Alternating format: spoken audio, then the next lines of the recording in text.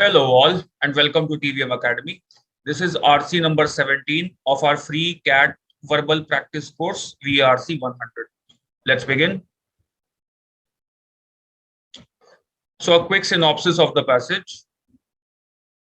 In the first paragraph, author tells us that some observers attribute the success of Japanese automobile firms to Japanese employees and their culture.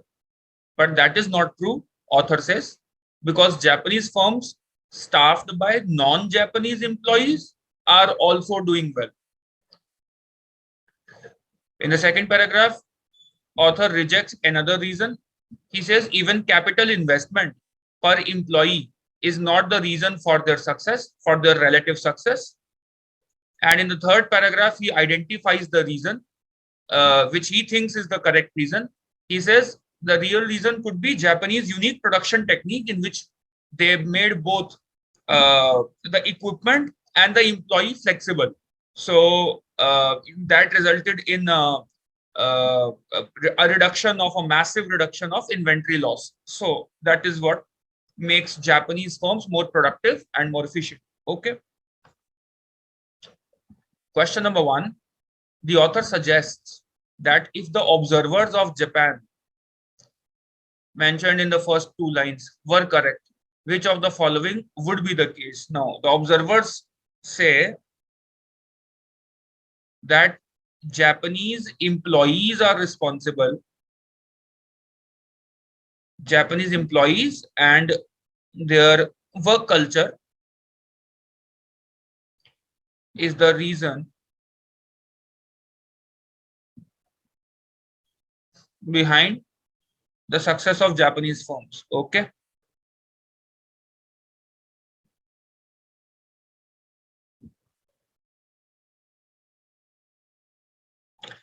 So if these people were correct and Japanese employees and culture were the actual reason behind the success of Japanese firm, then all the Japanese firms which are not staffed by Japanese employees and which do not follow Japanese work culture should not be as successful.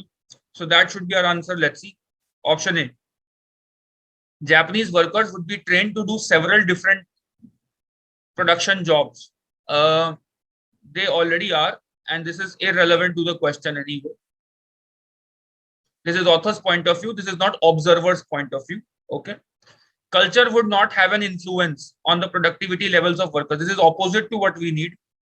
If these observers are correct, culture will have an influence.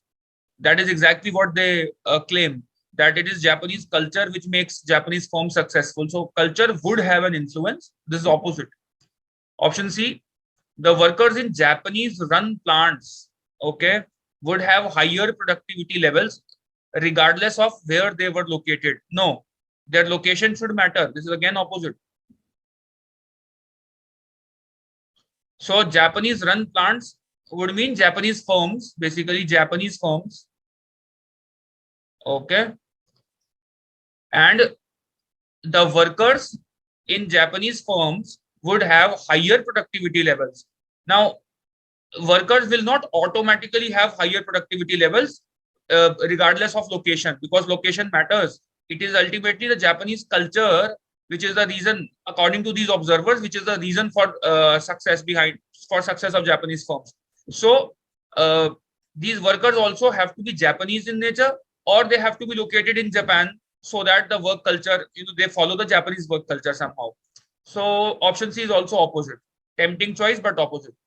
Option D, the production levels of Japanese run plants located in the United States would be equal to those of plants run by the United States company. So basically, Japanese firms in US should have the same productivity levels as the US firms in US. Okay.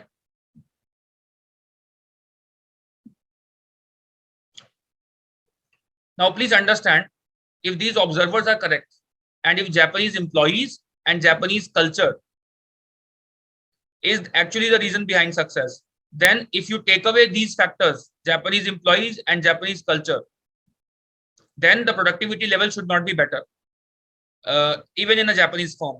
That is exactly what option D says.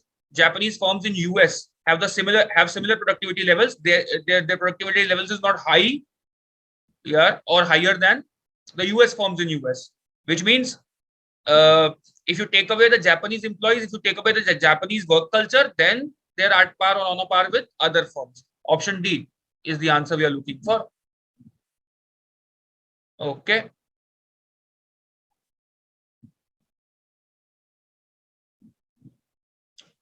Question number 2. Which of the following statements concerning the productivity levels of automakers can be inferred from the passage? Okay. Productivity levels of automakers. Option A, prior to the 1960s, the productivity levels of the top Japanese automakers were exceeded by those of United States automakers. So option A basically says,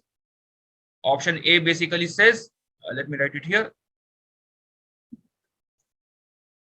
The US productivity levels were greater than the Japanese productivity levels prior to 1960s. Japanese automakers, the productivity levels of Japanese automakers were exceeded by those of United States makers. So United States productivity levels were greater than Japanese productivity. Can we infer this? Okay, let's see. In second paragraph, author says, when the two top Japanese automobile makers matched and then doubled United States productivity levels in the mid 60s, 1960s, which means around 1965, they matched the productivity level and then they doubled, which means prior to 1960, it was not, they could not even match the productivity levels of United States. So United States productivity levels were higher than Japanese prior to 1960. Option A should be correct. The culture of a country has a large effect on the productivity levels of its automakers. Now, this is contrary to author's point of view. Contrary to author's point of view. Author rejects this idea that the culture of a country has a large effect. In fact, he says production technique was the reason behind their relative success. So it is contrary to author's point of view. This is actually observer's point of view. This is a popular assumption which author rejects. That's the main idea. In fact, the greater the number of cars that are produced in a single lot, the higher a plant's productivity level. We cannot really infer this. There are other factors also in productivity. So this is just myopic. Inventory, buffer stock, etc. Is also a factor mentioned in the passage. Okay. The amount of capital investment made by automobile manufacturers and the factories determines the level of production. Again, opposite to what author says. Author rejects this point of view in second paragraph. Capital investment is not the factor. He rejects this also with a but. Okay. So option A is the easy answer. Question number 3 can be inferred from the passage that one problem associated with the production of huge lots of cars is which of the following? Okay. It was mentioned that the mass production philosophy of United States automakers encouraged production of huge lots of cars in order to utilize fully expensive component specific equipment and to occupy fully workers who have been trained to execute one operation efficiently. Okay, but what is the problem associated with this technique? Japanese automakers chose to make small lot production feasible by introducing several departures from United States practices, including the use of flexible equipment, etc. Okay. Automakers could schedule the production of different components or models on single machines, thereby eliminating the need to store the buffer stocks of extra components that result when specialized equipment and workers are kept constantly active. So this was basically the problem with US production technique. Okay. So buffer stock, the storage of buffer stock was a problem which Japanese production technique eliminated. Okay. Option A, the need to manufacture flexible machinery. No, this was actually Japanese production technique. The need to store extra components not required for immediate use. Option B is the answer. The need for expensive training programs not mentioned. The need to increase the investment per vehicle in order, again, not to mention. So option B is the obvious choice. Question 4. With which of the following predictive statement regarding Japanese automakers would the author most likely agree? Predictive statement. Okay. Option A. the efficiency levels of Japanese automakers could decline if they become less flexible in their approach to production. Please understand, author has identified flexibility as the crucial factor. Flexibility is the crucial factor in success of Japanese firms, in JAP's success. Therefore, if equipment or worker is not flexible, if flexibility is removed, if they are made less flexible, then efficiency levels, productivity levels would decrease, or most likely at least decrease. Okay, that's what option A says. So yes, he would make such a predictive statement. The efficiency levels of Japanese automakers could decline. The best word in this answer choice is the word could. It's not saying it would decline. It will definitely decline. We can't say that it will definitely decline, because understand conditional logic. Flexibility has been identified as a sufficient condition for increased productivity levels, but it is not a necessary condition. So even if flexibility is not there, basically the argument goes, if flexibility, then higher productivity. But we cannot necessarily infer from this statement that if not flexibility, then no higher productivity. These two statements are not equivalent. We cannot infer this. Therefore, option A beautifully uses the word could, a possibility. So yes, if flexibility is a crucial factor in increased productivity, then absence of flexibility could decline their productivity levels. Option A is the correct answer. Option B, the US automakers will originate new production. How can we make this prediction? How is the author going to make this prediction at all that US is going to change its production technique? Nowhere. Alien to the passage. Japanese automakers will hire fewer workers than will US automakers, because each worker is required to perform several jobs. Okay. The workforce. Author is not going to make any prediction about the workforce, the manpower required to make these automobiles or vehicles, because their scale of operation, their scales of operation could be different.